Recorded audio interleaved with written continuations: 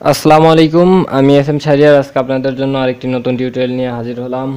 আজকের টিউটোরিয়ালের বিষয়বস্তু হচ্ছে যে কিভাবে আপনি একটি ফাইল কিংবা একটি ফুটেজ কিংবা একটি পিকচার ইনপুট করাবেন অ্যাডোবি আফটার ইফেক্ট 2017 সিসি ভার্সনে। তো চলুন দেখা যাক কীভাবে করা যায়। প্রথমে অ্যাডোবি আফটার ইফেক্ট অন করি। অন করার পরে ফাইলে গিয়ে ক্লিক করি। ফাইলে ক্লিক করার পরে এখান থেকে ইনপুটে ক্লিক করতে হবে। ইনপুটের পরে এখানে ফাইল ক্লিক করার পরে এখান থেকে যে কোনো একটি ফুটেজ নেই, আপনার পিসিতে অন্য একটি ফাইলও আসতে পারে, অর্থাৎ ফোল্ডারও আসতে পারে। তো আপনি সিলেক্ট করে নেবেন যে কোন ফুটেজটি নেবেন। আমি এই ফুটেজটি নিলাম, এখানে ক্লিক করলাম, ইনপুটে চাপ দিলাম। এখন সামান্য কিছু সময় নেবে, যদি ফাইল বড় হয় তাহলে একটু সময় বেশি নিতে পারে। তো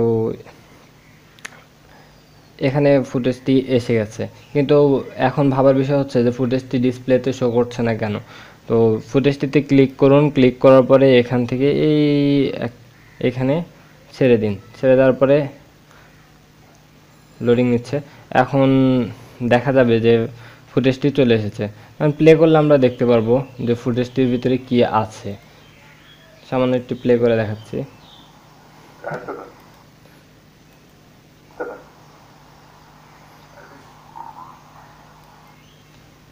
ঠিক আছে। তো এরকম একটা ফুটেজ আসবে। এখানে দেখা গেল যে হালকা স্লো মোশন করছে, কিন্তু যদি আপনি প্রথমবার আসেন এই ফুটেজটি প্লে করেন তাহলে পরে স্লো করতে পারে, কিন্তু দ্বিতীয় কিংবা তৃতীয়বারে আর স্লো করবে না।